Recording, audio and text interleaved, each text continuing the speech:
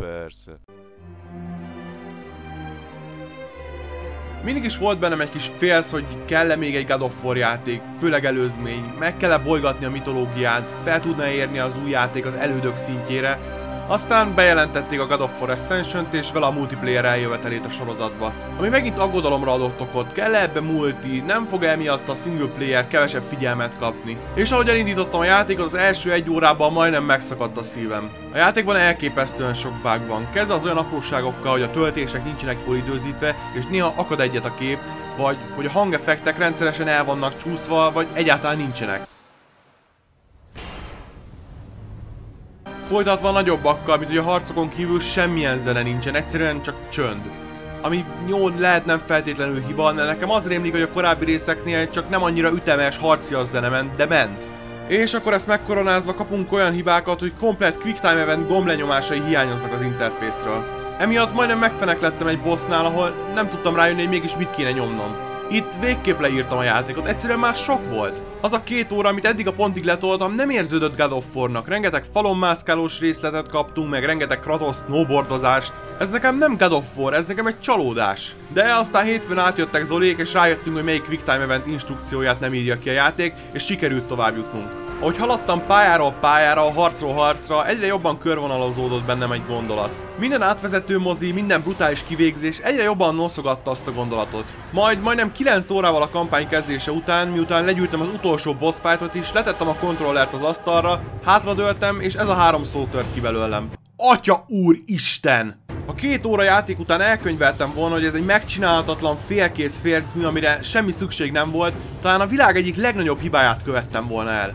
Ez a játék a videójátékok szent grálja. Hogy lehet valamit annyira jól megcsinálni, hogy még úgy is élvezetes legyen, hogy a fele hangeffekt el van szarva. Úgy, hogy többször meghaltam amiatt, hogy nem jelentek meg a quicktime eventek instrukciói. Ha egy szóval jellemeznem kéne a Santa Monica stúdió munkáját, akkor az az über epikusságosan fantasztikus lenne. Az, hogy valaki meg tudott támadni olyan harcokat, mint a Hecatonchires kezére épített városos, vagy bármelyik ütközet a fúriákkal, már önmagában is elképesztő.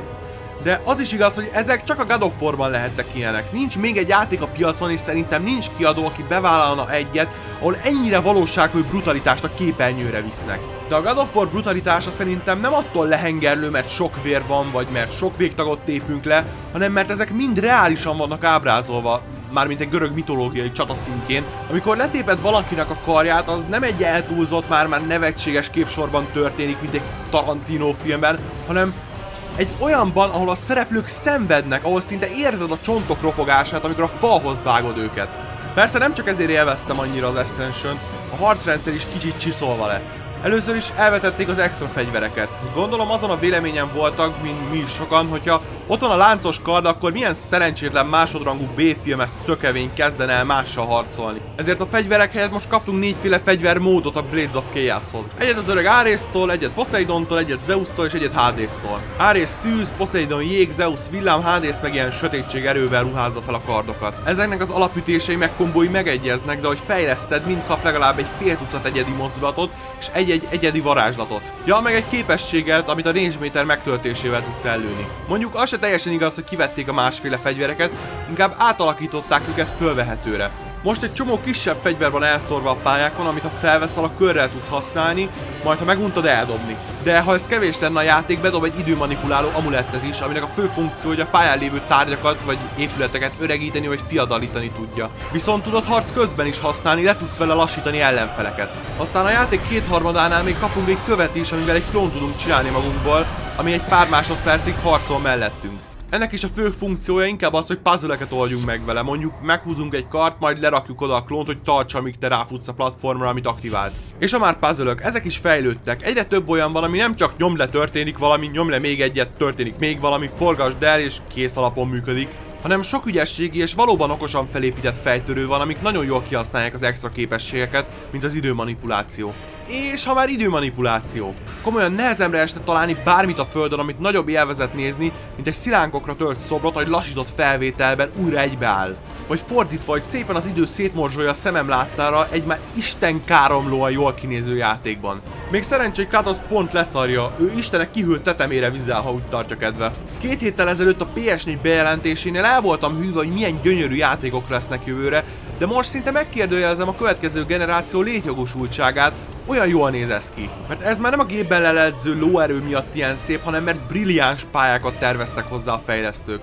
Szinte annyira, hogy sajnálom őket, elég szar lehet hazavinni a játékot, majd lefolytatni ezt a beszélgetést. Nézd meg szívem, 1 hónapot dolgoztam azon a gyönyörű csarnokon, meg benne a szirten. Igen, és mit csinálott a játékos? Ja, semmit, 10 másodperc alatt megmássza, és soha többé nem jön vissza. Sokan azt mondják, hogy a minőség jobb a mennyiségnél, de akkor mi van, ha a minőségből olyan mennyiség van, hogy szinte alig fér el a játékban?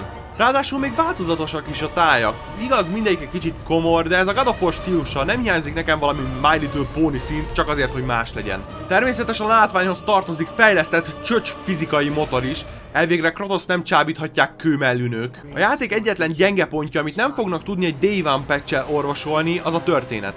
De ez is úgy gyenge pont, hogy a God of War trilógiához képest. A történet ugyebár az első rész előtt játszódik, megkapjuk azt a történetet, hogy Kratos miért tudta megszegni a hadistennek tett esküjét. Mert ugyanis ezeket az esküket a fúriák védelmezik, ha valaki megpróbál kibújni alóluk vagy megszegni, azt a fúriák levadásszák és addig kínozzák vagy bolondítják, amíg meg nem gondolja magát. Persze nem úgy, amíg Kratosunk, miután Ares és a fúriák közös gyermeke, Orkosz a segítségünkre siet, Kratos elindul, hogy felkutassa a Delhióst, hogy megtudja, hogy győzheti le a fúriák vízióit, és később magukat a fúriákat. De ez egy olyan súlytalan szó, hogy legyőzni, mint a végén dobogóra állnának. Hát azon a dobogón nagyrészt csak testrészek lennének, amik átvehetnék a díjakat, meg ugye Kratos talpig véröltönyben. Elég szolid előzmény történet, csak az... I will have my revenge! Sztorihoz képest fecsegő tipegők plusz 2. Az epikusságban nem ér fel odáig, itt több a lelkizés, és látjuk Kratos emberi oldalát. Meg most már őszintén ostobának tűnnek az olimposzi istenek. Ha ezek az események zajlottak le a God of War-t megelőzően, senkinek nem volt több esze? Mit gondoltak, hogy ó, persze van ilyen kis tuti kis villámom, azzal tudok rá így durrantani, majd tuti elbánok vele. Szerintem a történettől eltekintve ez lett a legjobb God of War single player kampány. A harcok, a látvány, a harcok, a puzzle-ök, a harcok, és szinte minden bőven a korábbi részek fölött van.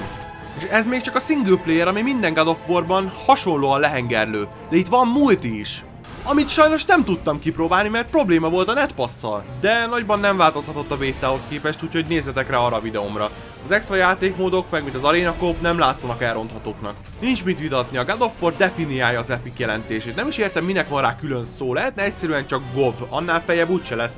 Nyilván vannak hibái, kicsit szájbarágos egy-két helyen a konfliktusok feloldása, egy-két helyen már a látványosság a harc rovására ment, az olyan nagy totálokkal, ahol Kratos épp hogy látszik. A harcrendszer az, ami már működik, azt nem kell megjavítani, elvenni éli az életét, úgyhogy ha az előző részekben nem jött be, így se fog. Meg ez a rész különösképpen tele van bugokkal. Na jó, tegyük hozzá, hogy a sajtó példány, én még mindig reménykedem, hogy a boltok polcaira kerülő változat nem fog ennyi hibával szenvedni. Még nyálathatnénk itt a zseniális nehézségi görbére, ami annyira jól van megcsinálva, hogy egy pillanatig se éreztette velem, hogy elveszett vagy félisten lennék, mert még a normálon is volt rész, ahol vért húgyoztam, mire megcsináltam, de fel sem vetődött bennem, hogy túl nehéz, egyszerűen ügyesebbnek és gyorsabbnak kellett lennem. De most már tényleg befejezem. Áldanám az isteneket, hogy PS3-at vettem és nem maradtam ki ebből az élményből, de azok az istenek már kerti törpének se lennének jók a kertembe, annyira elkentem az arcukat, úgyhogy inkább elköszönök. Na sziasztok!